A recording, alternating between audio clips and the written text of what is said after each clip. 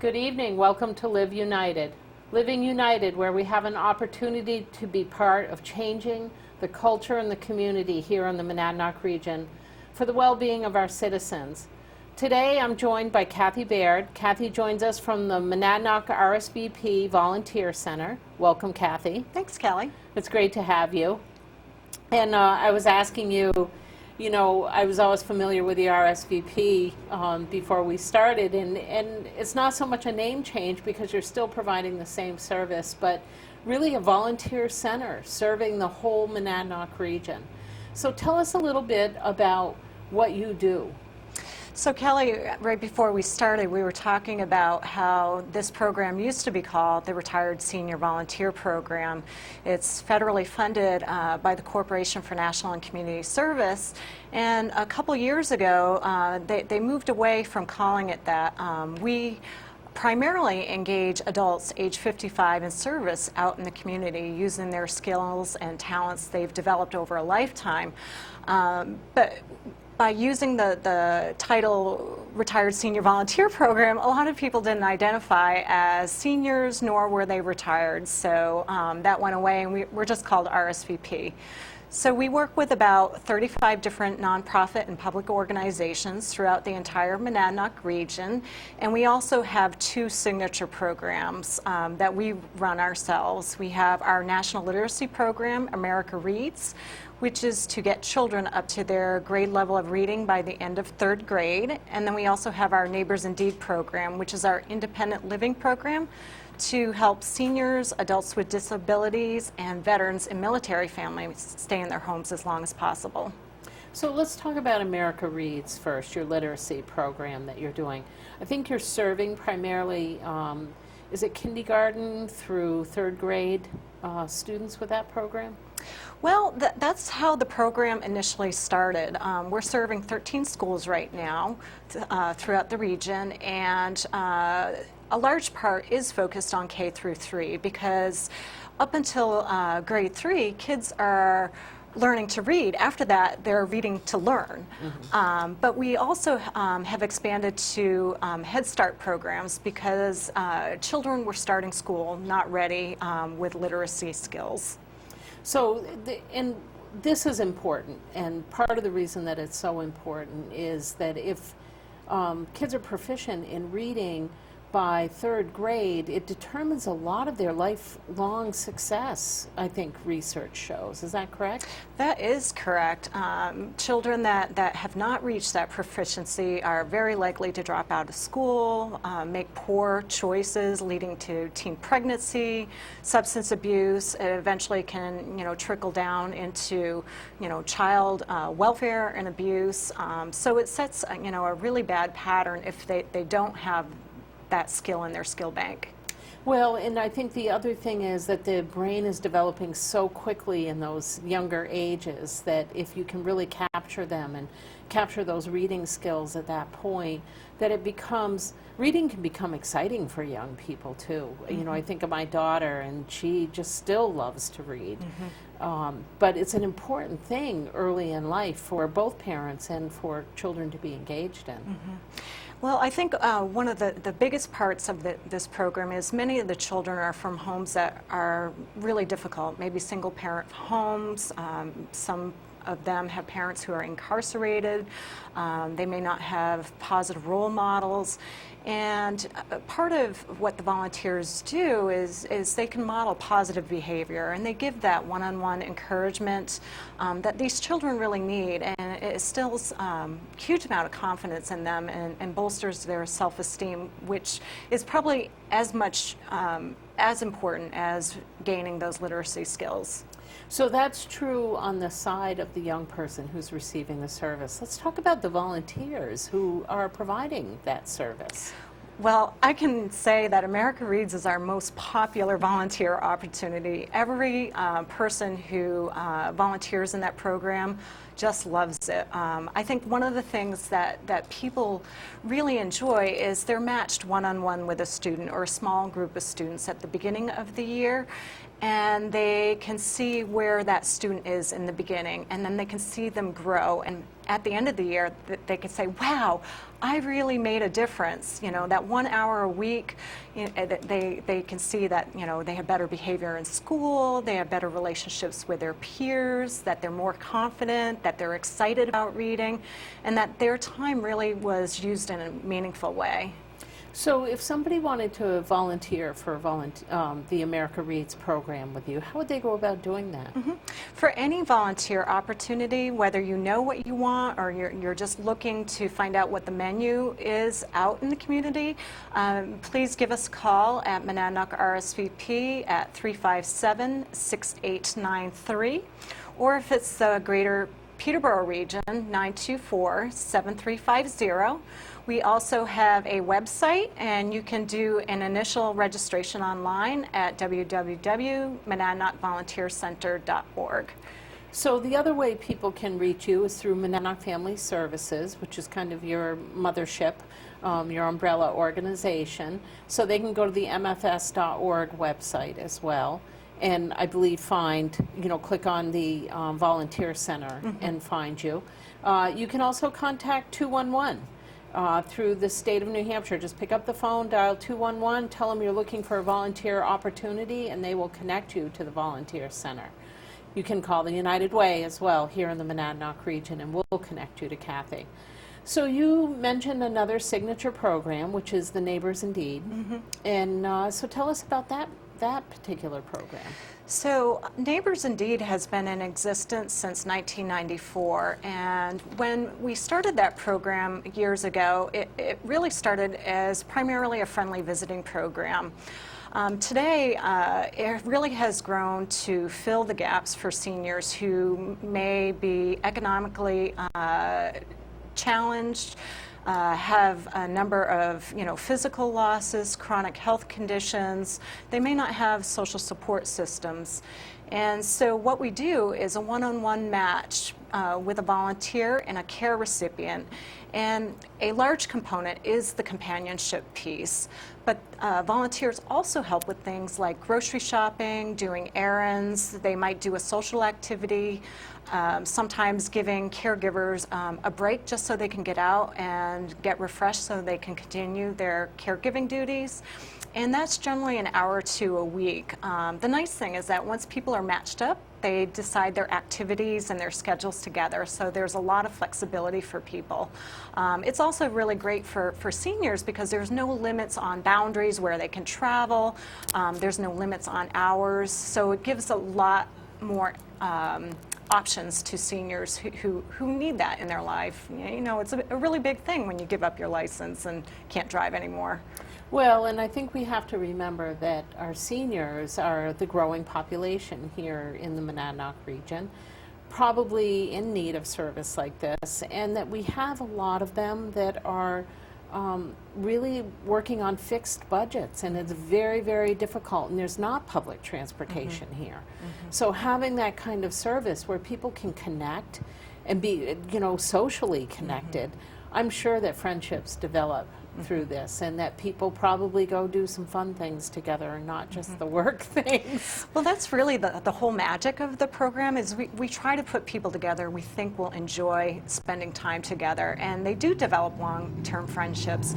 In fact, one of our longest matches has been in existence since the year the program started, and it's a woman who had received a flyer from her husband's paycheck from the city of Keene, and she got matched up with this lady, and they play Spite and Malice every single week. And she goes no matter if it snows or rain, but she's there every single week. She is truly dedicated. Wow. So what are some of the things you've seen as a result of these two programs happening here in the Monadnock region? Well, if we start with America Reads, being a federally funded program, we do report on national performance measures. And the big thing would be, because volunteers are working with students to improve their reading proficiency, is do they have improved reading proficiency by the end of the year? And that is measured based upon test scores.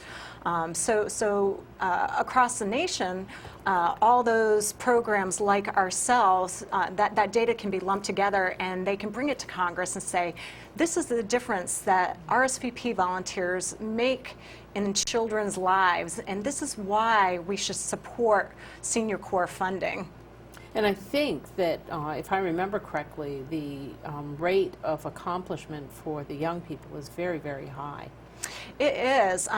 Last year, there were 255 students that were tutored, and 188 of them had improved proficiency. So that's about 74%, which is really, really pretty good.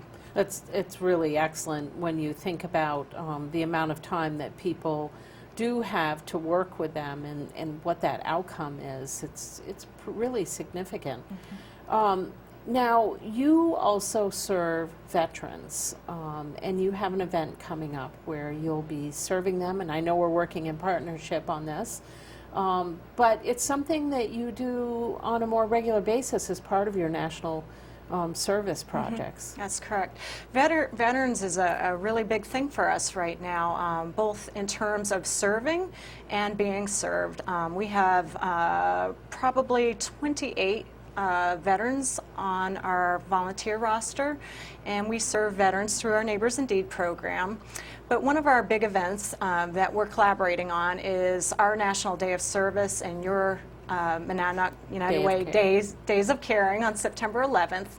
And this is our third year of serving veterans on that day, making that a specific focus. And what we do is we send teams of volunteers to the homes of veterans and military family members to do home repair, weatherization, safety, and seasonal projects. And the volunteers really love it. One, it's only one day. They get there, they see the gardens are all, messy and unkept, and it's somebody that really can't do it for themselves. And by the end of the day, they can say, wow, what a bang-up job. That looks just great. And the homeowners are so grateful for the help that they provide. And I know we're still looking for volunteers. We're looking for those projects that people can, that need done out in the community. And people can reach out to you. They can also reach out to the United Way. Again, how would they reach out to you, Kathy? They could call the Keene office, 357-6893, or in Peterborough, 924-7350. So I'm curious, I bet people are wondering, why do you have two offices?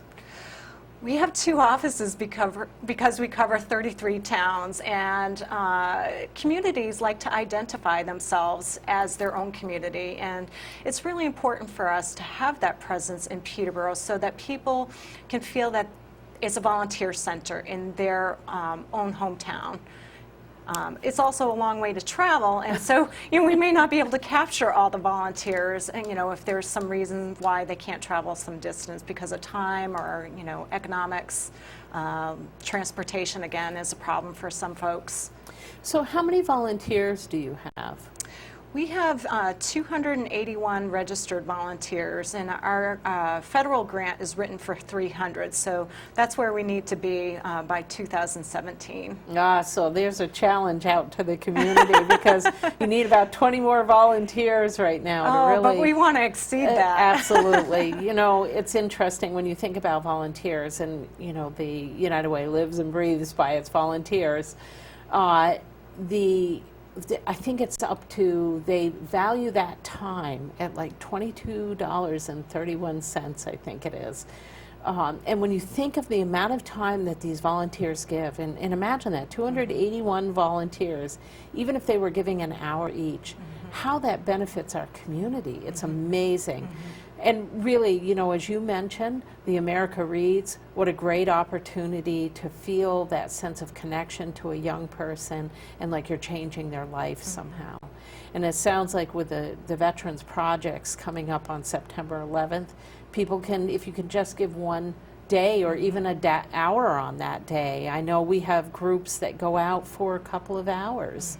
as teams. So we're encouraging corporate groups to team up, call one of us and get out there on September 11th, or you as an individual, and we'll team you up with other people who want to work on projects throughout the region. So join us for that. That'll be a fun day. It's going to kick off with some breakfast, a free breakfast for everybody out at the American Legion. Because as part of this day, they're also doing the Veteran Summit and Stand Down. And we'll be talking about that on the show a bit more in the future here. So what else do you want people to know about the programs that you're directing? Well, I think one of the things is that when people come in to volunteer, that they're coming in to volunteer for a number of different reasons. A lot of times it's to give back to their community because they feel very fortunate for their lives. Perhaps they've used United Way services. A lot of times we see people that have experienced loss and they want to get connected. Whatever the reason, Monadnock RSVP, we really strive to give our volunteers that individual attention to really get to know them and understand what they're hoping to gain out of their experience, and then link them to an opportunity so that they feel rewarded for sharing their experience and that their time's used in a meaningful way. And I think one of the things that we're really good at is making those connections, which explains why we have a very high retention rate of our volunteers, as demonstrated from our surveys at the end of the year. We want to know from our volunteers what's working, what's not working, how satisfied are you with our services, and with your placement. And people are really satisfied. And for folks who might be new to the community, that's a good reason why to come to Monadnock RSVP, especially if you're not familiar with other nonprofits. We can help point you in the right direction so that you're not hit or miss. Now, people shouldn't let age deter them from becoming a volunteer with you, correct? No, we are primarily an RSVP program. That is the majority of our funding, but we are a volunteer center as well. So we serve volunteers of all ages. This summer we've had a lot of requests from youth looking to serve, and we give them ideas.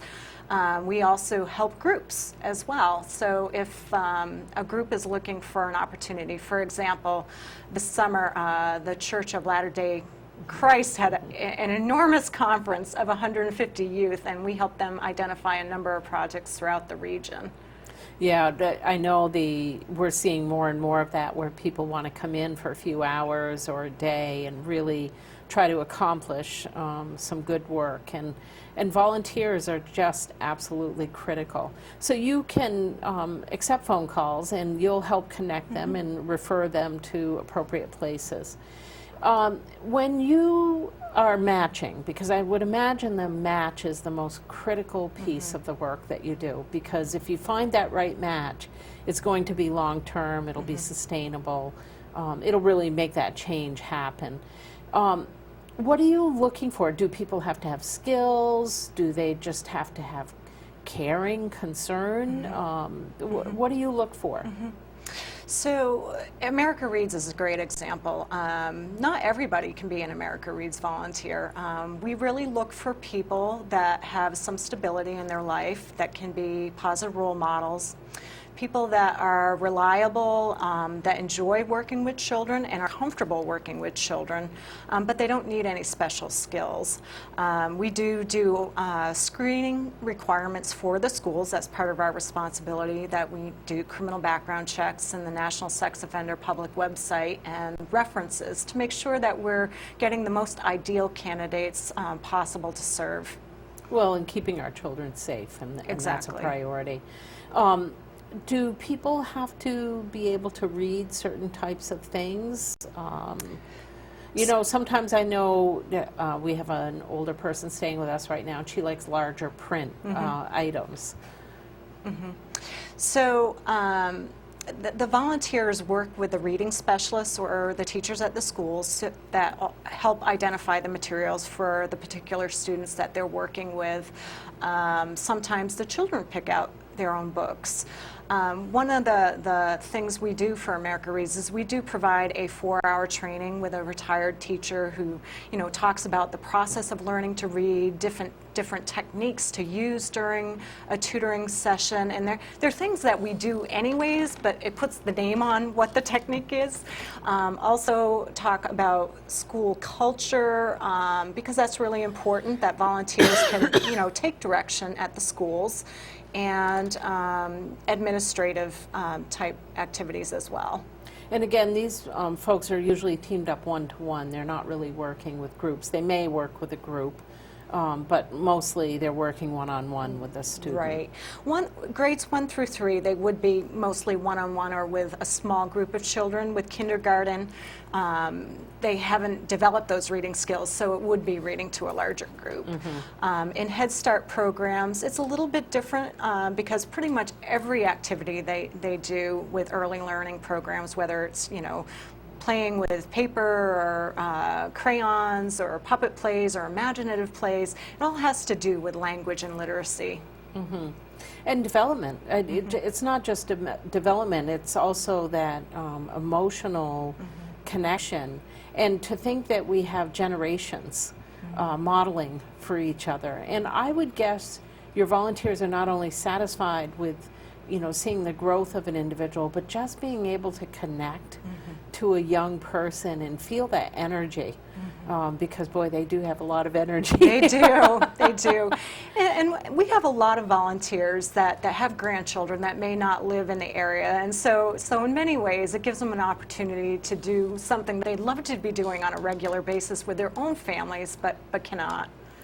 So let's talk about, you've mentioned a couple of times that it's a federally funded program.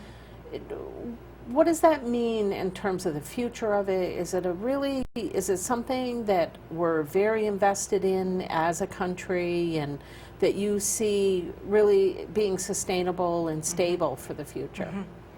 So our money is appropriated by Congress every year. So every year that the challenges come around, that we need to be out there telling our elected officials about the impact that volunteers make in the community and the difference they make in people's lives. It's not just the numbers of people served or the number who achieved outcomes, but also giving them snapshots of people and their stories. So it keeps them grounded that we're not just talking about dollars and numbers, but we're actually talking about people with really critical needs that without volunteer assistance would fall through the gaps, and perhaps it would perpetuate itself for many generations. So share one of those stories with us. So one that I can think of recently was on our volunteer survey for America Reads, and one of the volunteers says, oops, I pushed a button before I wrote the story, but it's so important that I tell you this. And she had been working with a little boy who definitely had ADD, and they would have their tutoring sessions, and he would be playing with his pencil and their eraser, and he had to get up and get a drink, and he had to go to the bathroom, and then he was doing something else and looking out the window, and it was really hard to get things accomplished.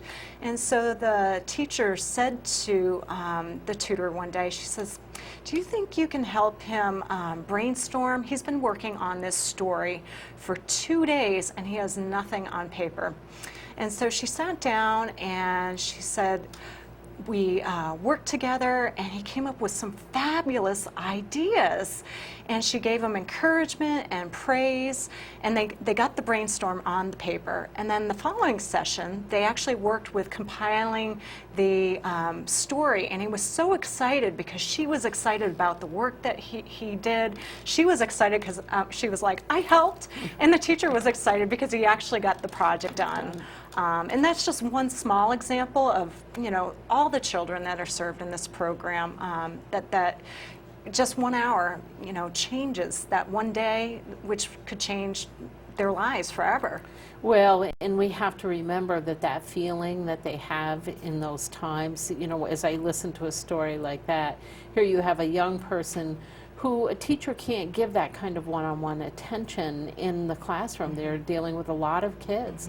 So he's getting that reward, that acknowledgement for the work that he's accomplishing, and has that one-on-one attention, and a lot of kids need that. You know, if you come from a family with a lot of children, or you're in a classroom with a lot of other kids, you may not be getting that the way you need it.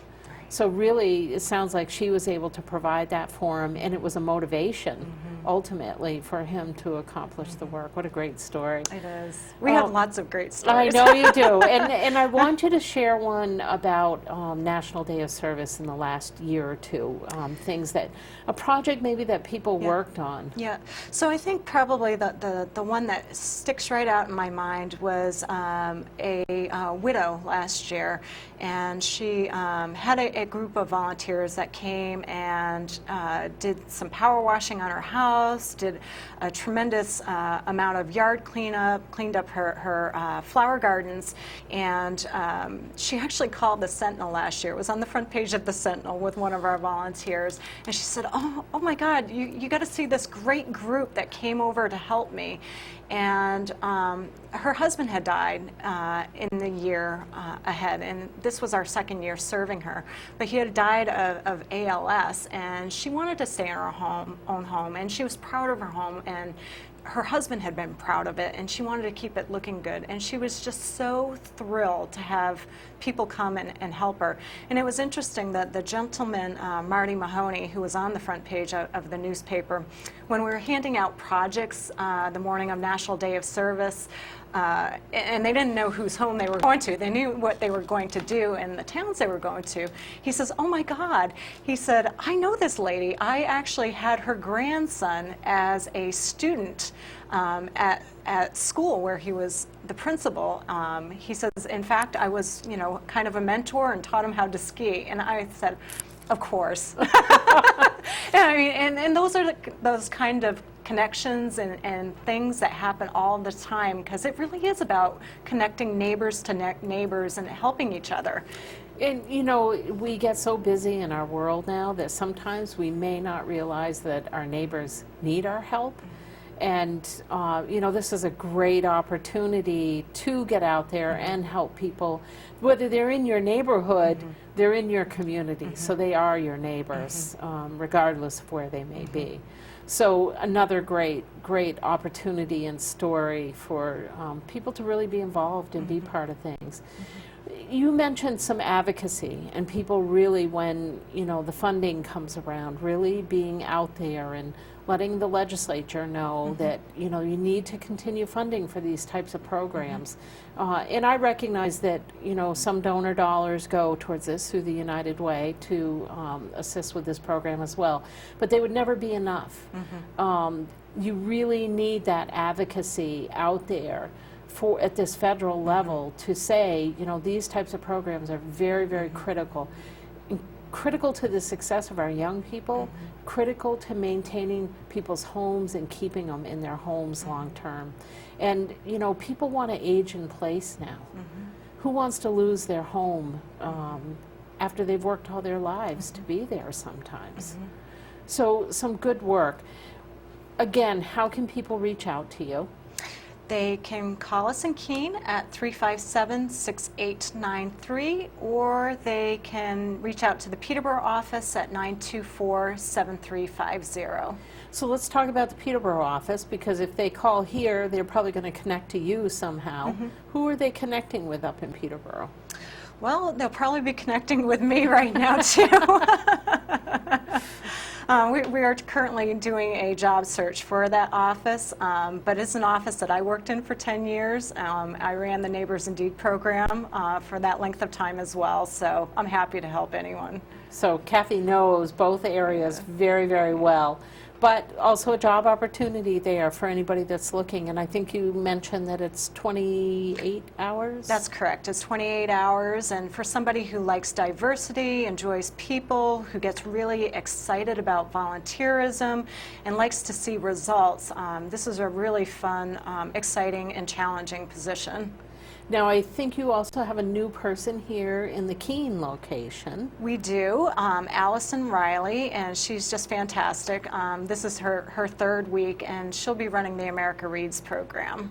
and I think she's young and energetic and I think so. ready to go out there. And I think it requires some of that. So again, people have an opportunity. I love that, you know, the show's about living united, giving, volunteering, advocating, and really the Volunteer Center is all three of those things. People have an opportunity to advocate for the programming and the services. People have an opportunity to certainly volunteer, whether it's working with young children, working with veterans, or working with seniors to keep them in their homes. An opportunity in all three of those areas. And you can volunteer at any age, although you do primarily work with people, I think, 55 and older. That's correct. But if you're 18 and looking for something to do, don't be afraid to call Kathy. And, you know, people can give. They can give, whether it's giving their time, giving their financial resources, people can also give to your program. Anything else you want people to know? So we talked about the generosity of United Way, and United Way is really great to the RSVP program. Without them, we wouldn't be in existence. They provide a significant portion of our required 30% match for our federal dollars, and without that, it would be really hard for us to find those dollars out there and to sustain ourselves. And so we're really grateful, and when you're considering your charitable organizations, I hope you'll consider United Way. They do tremendous work, and it's not just our agency, but the many agencies and programs throughout the entire region. And we never know when we might be a recipient of services. And I think what you're saying is really important. You know, we don't always talk about the United Way here on the show because the show's really featuring all the great work going on out there that makes up the services that really take care of our citizens. But, you know, the United Way is an opportunity to sort of do a one-stop location for your giving, and it goes out to great programs like the Volunteer Center and 50 other programs out there that are making a difference in people's lives. So really, you are right on when you say it's really an opportunity to give and know that your resources are going out there. And you know, Kathy and I were talking earlier because we now require reporting and really a lot more than we used to in terms of knowing how people are doing, the results, the outcomes of their services. Pretty easy for you because you've had to do it at the national level. But it's been a little challenging for some of our other organizations who are small and trying to figure out how do I really report out on the work that I do. Well, I think it's great that this movement towards performance measures, particularly in terms of accountability, being able to tell the story, particularly as we're looking for more funding, not just United Way with foundations, but all our agencies collectively, and to develop those shared measures and shared outcomes so that we're working smarter, not necessarily harder.